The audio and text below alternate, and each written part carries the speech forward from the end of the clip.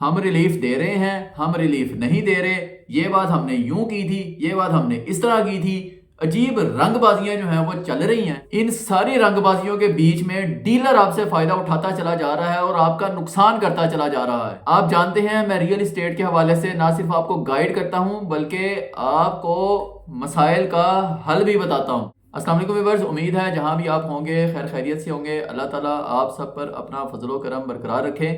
Viewers, पिछले दिनों में जो कुछ भी हो रहा है मार्केट में वो सब आपके सामने है। एक सर्कस टाइप चीज जो है वो चल रही है रियल एस्टेट के हवाले से। हर एक का फोकस रियल एस्टेट पे है और बदकिस्मती है इस मुल्क की कि जिसका जो काम नहीं है उसने भी उस काम में अपनी हिदायत जरूर जारी करनी है। हर कोई रियल एस्टेट के पीछे लगा हुआ है। ये जो एंकर्स जो आपको सियासत में और इधर उधर जो है वो टामक टोइयां मारते नजर आते हैं, ये भी रियल एस्टेट पे बैठ के प्रोग्राम कर रहे हैं। आईएमएफ ये कह रहा है, आईएमएफ वो कह रहा है, आईएमएफ ने यूं कह दिया, आईएमएफ ने यूं कह दिया। खबरों को ब्रेकिंग न्यूज बनाकर चलाया जा रहा है। आईएमएफ ने जो सिर्फ बात की होती है उसको फैसले के तनाजुर में बताया जाता है कि ये काम हो गया है। मैंने भी इस चीज पे वीडियो बनाई कि जी आईएमएफ ने टैक्सेस में रिलीफ दे दिया है, क्योंकि पूरे मीडिया पर ये खबरें चल रही थी। तो उनकी तरफ से जब ये खबरें सामने आई तो हमने ये खबरें आप तक पहुंचाई। लेकिन हुआ क्या, पिछले दिनों कहा गया कि जी आईएमएफ मान गया है कि जो विद होल्डिंग टैक्स है, या जिसको आप आम जबान में कह लें कि एडवांस इनकम टैक्स, जो प्रॉपर्टी सेल परचेज करते हुए सेलर और बायर दोनों पे करते हैं, एडवांस इनकम टैक्स में जी 2% कमी कर दी गई। इवन अखबारों में ये खबरें लग गई। मैं आपको इस वक्त स्क्रीन पर ये दिखा भी रहा हूँ, अखबारों में ये खबरें पब्लिश हो गई, जिसकी वजह से हमने भी ये समझ लिया कि जी चूंकि ये बहुत ऑथेंटिक न्यूज़पेपर्स हैं, यहाँ पर खबर लगने का मतलब है कि वाकई ये कुछ हुआ है और हमने भी आप तक ये मालूमात पहुंचा दी। लेकिन क्या हुआ, 24 घंटे तकरीबन गुजरे और एक और खबर मीडिया पर गर्दिश करना शुरू हो गई कि जी आईएमएफ मुकर गया है उस 2% रिलीफ देने से। फिर आईएमएफ की तरफ से कि जी हमने ऐसा कुछ भी नहीं कहा, हमने अभी कहा था कि ठीक है हम इसको देखते हैं। अब बदकिस्मती देखें कि जी हमने जब भी आईएमएफ से बात करनी है, पहले कोई स्टाफ लेवल मुआहदा होता है, फिर कोई उनकी बड़ी मैनेजमेंट के साथ मुआहदा होता है, फिर पता नहीं वो मुआहदा कहाँ जाता है। तो ये इस तरीके से हमारे मुआहदा चलते हैं। यूं लगता है कि आईएमएफ ने एक सर्कस जो है वो चलाई हुई है इस मुल्क के अंदर और डेलिबरेटली यहाँ का जो एक चलता हुआ बिजनेस था रियल एस्टेट, उसको बर्बाद किया जा रहा है। ये बात मुझे बोलनी पड़ रही है कि जानबूझकर इस बिजनेस को तबाह किया जा रहा है, जानबूझकर ऐसा कुछ किया जा रहा है ताकि ये जो एक चलता चलाया बिजनेस पाकिस्तान में मौजूद है इसका भी बेड़ागर किया जाए। कौन है इसका पता चलाया जाए। हुकूमत से हमारी दरख्वास्त है कि कंट्रोल किया जाए। ये पाकिस्तान की ही बदकिस्मती है कि यहाँ मीडिया इतना बेलगाम है कि जो उनका दिल करे वो खबरें चलाते हैं, कोई पूछने वाला नहीं है, कोई उनसे जवाब नहीं तलब कर सकता। तो गवर्नमेंट को चाहिए कि इन चीज़ों को कंट्रोल करे, क्योंकि रियल एस्टेट कोई मजाक नहीं है, कोई ड्रामा नहीं है। लोगों की जिंदगी भर की कमाइयाँ यहाँ लगती हैं। एक ओवरसीज बेचारा बाहर बैठा पता नहीं कैसे कैसे मेहनत मजदूरियाँ करके चंद रुपए कमाता है और वो यहाँ को प्लॉट अगर ले लेता है तो वो इन हरकतों की वजह से अगर वो फंस गया उसका पैसा, तो उसका कौन जिम्मेदार है। कोई अथॉरिटी यहाँ मौजूद नहीं है जो इन चीज़ों को देखे, इनको कंट्रोल करे। जिन लोगों का पैसा इस वजह से फंस गया है उनको किसी तरीके से सुकून में लाए, ऐसी कोई अथॉरिटी यहाँ मौजूद नहीं है। और अगर कोई है भी तो लोगों को उसके बारे में गाइडेंस नहीं है। तो इस पर काम करना बड़ा ज़रूरी है। अब हो क्या रहा है, अब डीलर हजरात ना इस सारी सर्कस में अपना फ़ायदा उठाते चले जा रहे हैं। वो क्या कर रहे हैं, खबरें चली कि जी 2% जो है ना विद होल्डिंग टैक्स नीचे आ रहा है, प्लॉट खरीद लें जी, प्लॉट खरीद लें, अभी अभी अभी अभी आप खरीद लें प्लॉट।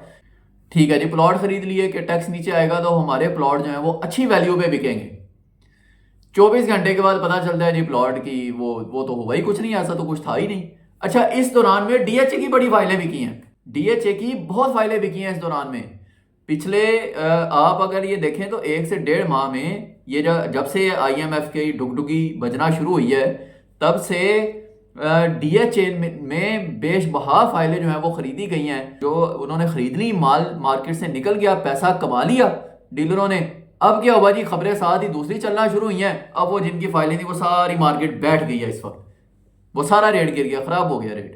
तो ये जो है ना बहुत अफसोसनाक सूरत हाल है। डीलर्स अपना फायदा उठा रहे हैं जो इंतहाई नामुनासिब बात है। ये ऐसा बिल्कुल नहीं करना चाहिए।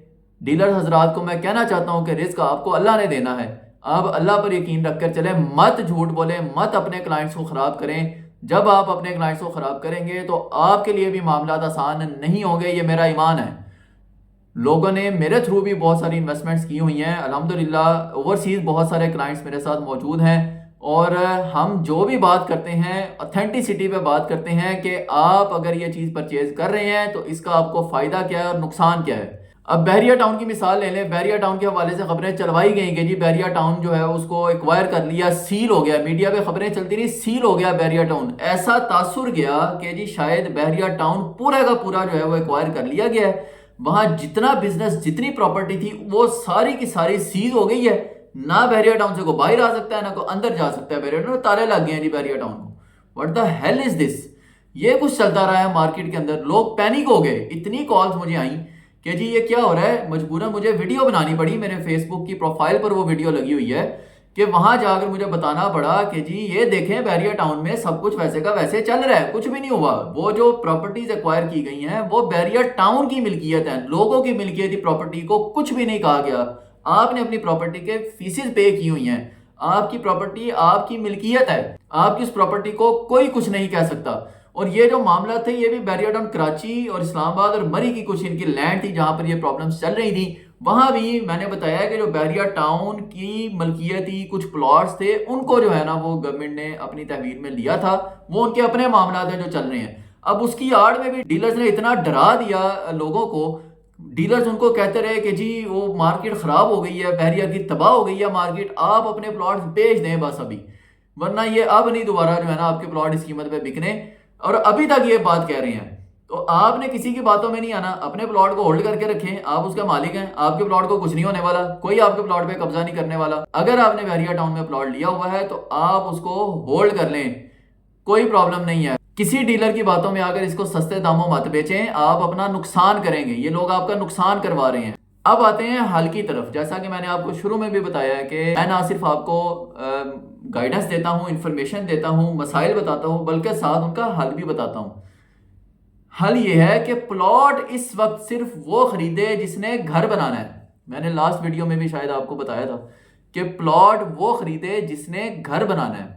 अगर आपने इन्वेस्टमेंट पर्पज से प्लॉट खरीदना है इस वक्त बहरिया टाउन का कहीं भी अगर आपने प्लॉट खरीदना हो तो आप अभी प्लॉट मत खरीदें। इन्वेस्टमेंट पर्पज से खरीदना है, घर बनाना है, बिल्कुल खरीदें, कोई मसला नहीं है। अगर आपने इन्वेस्टमेंट करनी है तो फिर आप खरीद कर कम से कम भी उसको कुछ 3-4 साल तक होल्ड करने की कैपेसिटी ज़हन में रख कर खरीदें, वरना मत खरीदें। अगर आपको कोई ये कहता है कि ये साल 1.5 साल में ये प्लॉट इतना फायदा दे देगा, ये प्लॉट इतना फायदा देगा, वो झूठ बोलता है, झूठ बोलता है वो आपके साथ। मत आए ऐसी बातों में। आपने प्लॉट वो खरीदना है कि जो आपने घर बनाने के लिए जिसे इस्तेमाल करना है। ये है इसका सोल्यूशन। अगर आपने प्रॉफिट लेना है, कुछ थोड़ा जल्दी आप कुछ करना चाह रहे हैं कि जी मुझे कल को यहां से प्रॉफिट आए, तो आप लें अपार्टमेंट, आप लें शॉप। ऐसी लोकेशन की, ऐसे मॉल में, ऐसी मॉन्यूमेंट्स के पास आप अपार्टमेंट या शॉप लें तो आपको फायदा होगा। ये एक ऐसा एसेट होता है जो ना सिर्फ आपका बरकरार रहता है, बना रहता है, आपके फायदे के लिए रहता है, आपको प्रॉफिट भी दे रहा होता है, बल्कि कल को आप इस एसेट को अगर सेल करते हैं तो आपको अच्छे पैसे देकर जाएगा। ये होता है एसेट।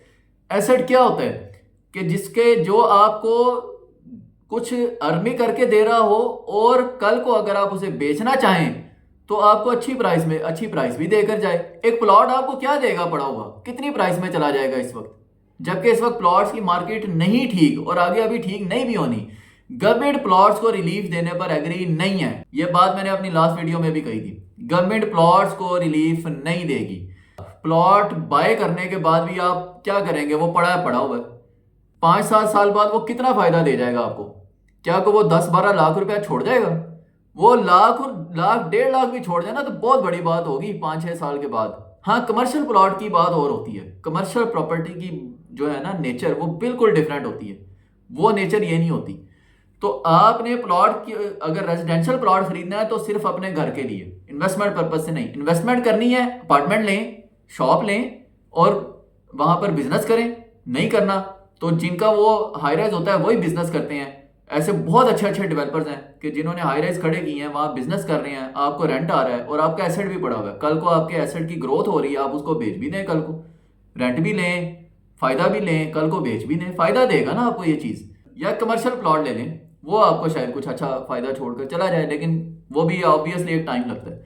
तो ये थी इंपॉर्टेंट चीज़ें जो मैंने आपको बतानी थी कि जो कुछ ये चल रहा है इस सारे माहौल के अंदर आपने कैसे सेफ रहना है, आपने कैसे बचना है। ये मेरा मकसद था कि एक तो आपको अवेयरनेस दी जाए और आपको सोल्यूशन बताया जाए कि आपने बचना कैसे है। अपनी जो हार्ड अर्नड इनकम है इसको इन्वेस्टमेंट करते हुए रियल इस्टेट में आपने किस डायरेक्शन में जाना है। मजीद अगर आपको कोई मालूमात चाहिए, कोई इन्वेस्टमेंट आप करना चाह रहे हैं, तो ऑन स्क्रीन नंबर पर आप मुझसे कांटेक्ट कर सकते हैं। नेक्स्ट वीडियो में इंशाल्लाह किसी और टॉपिक के साथ आपकी खिदमत में हाजिर होऊंगा। फिलहाल के लिए इजाजत दीजिएगा। अल्लाह हाफिज़।